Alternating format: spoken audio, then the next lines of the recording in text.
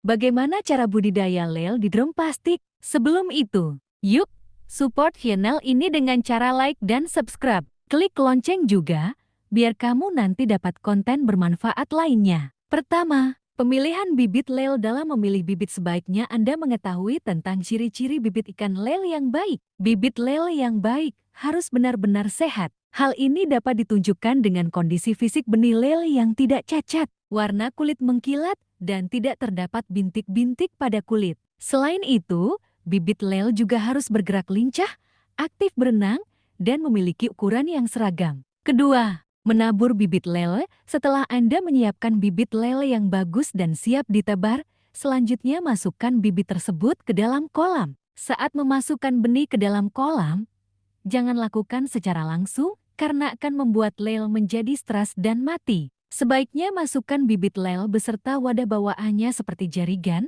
masukkan ke dalam kolam, dan biarkan selama 15-30 menit. Biarkan hingga lele dapat beradaptasi dengan suhu dan kondisi air di kolam. Setelah itu, miringkan wadah dan biarkan benih lele keluar dengan sendirinya. Untuk kolam drum ukuran 200 liter, jumlah bibit yang disarankan untuk ditebar maksimal 200 ekor. Ketiga, memberi makan pakan merupakan salah satu hal penting dalam pemeliharaan ikan lele. Anda bisa memberi makan ikan lele 3 kali sehari. Pakan utama dapat berupa pelet. Saat ikan lele masih dalam bentuk biji, pelet yang digunakan adalah pelet yang berbentuk crumble. Saat lele tumbuh besar, peletnya bisa disesuaikan dengan ukuran tubuh lele. Ada dua macam pelet yaitu pelet apung dan pelet tenggelam. Cara pemberian pakan antara pelet apung dan pelet tenggelam juga berbeda. Untuk pelet apung, saat memberi makan misalnya, Anda mulai dari sisi kanan kolam.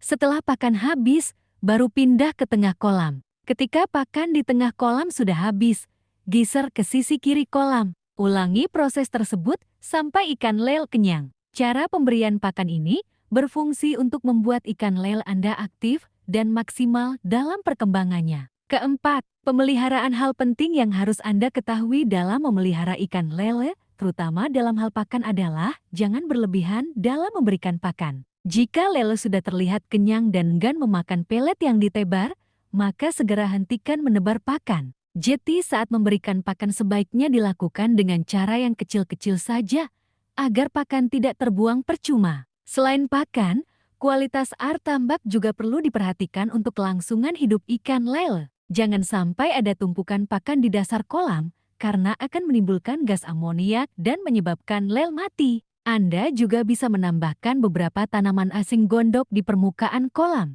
Kelima, panen. Setelah melalui masa pemeliharaan kurang lebih 3 bulan, ikan lele siap untuk dipanen.